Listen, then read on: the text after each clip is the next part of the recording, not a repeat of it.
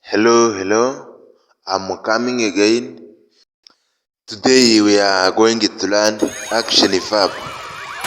Ndagarutse nanone uyu munsi tugiye kwiga inshinga dukoresha buri munsi. Are you ready? Are you ready to learn lesson for today? Let's start. Claw, gukambakamba.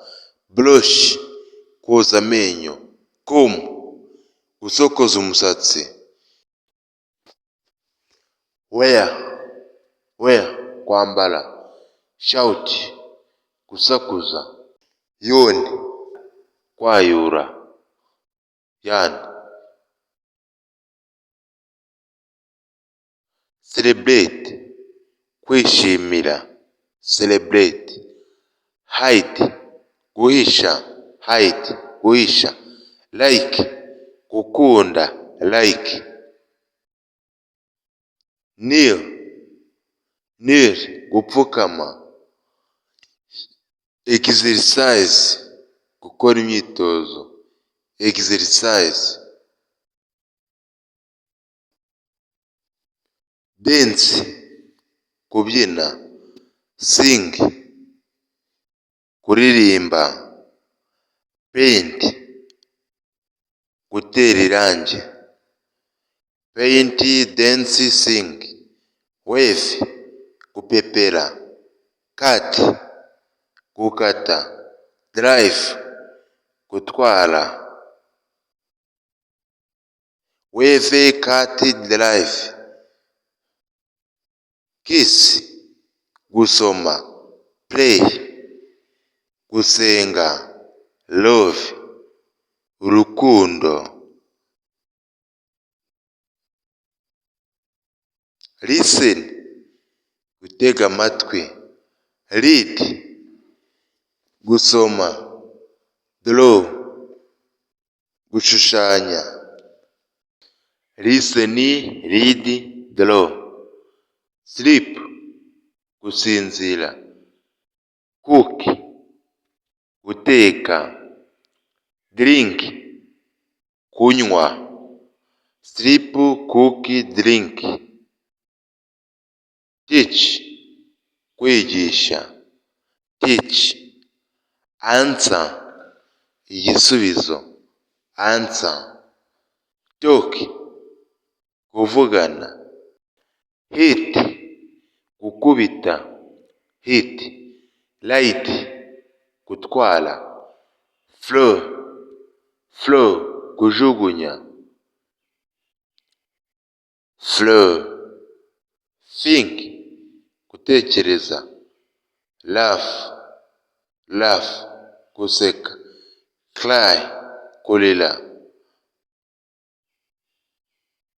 Cry. Clap, gukoma amashyi. Hug, guhobera. Fight, kurwana. Clap, hug, fight. Swim, koga. Catch, gufata. Kick, gutera umupira. To kick. Swim, catch, kick. Wait, gutegereza. Eat, kurya. Wash, gukaraba cyangwa se koga. Walk, kugenda. Walk. Run, kwiruka. Run. Jump, gusimbuka. Jump. Slide, kunyerera. Dive, kwibira. Dive. Skip, gusimbuka umugozi. To skip. Climb, kurira. Push, gusunika. Pull, gukurura. Knock, gukomanga. Turn on, kwatsa. Turn on. Turn off, kuzimya. Turn off. Sit down, kwicara. Sit down.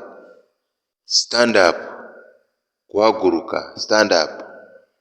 Bend, guhina. Bend. Give, gutanga. Give. Get, kwakira cyangwa se kubona. Whisper, whisper, kwongorera. Thank you for watching this video. I love you so much. If you enjoyed this video, don't forget to subscribe, share and comment and like. I hope I will see you soon. God bless you. See you next video.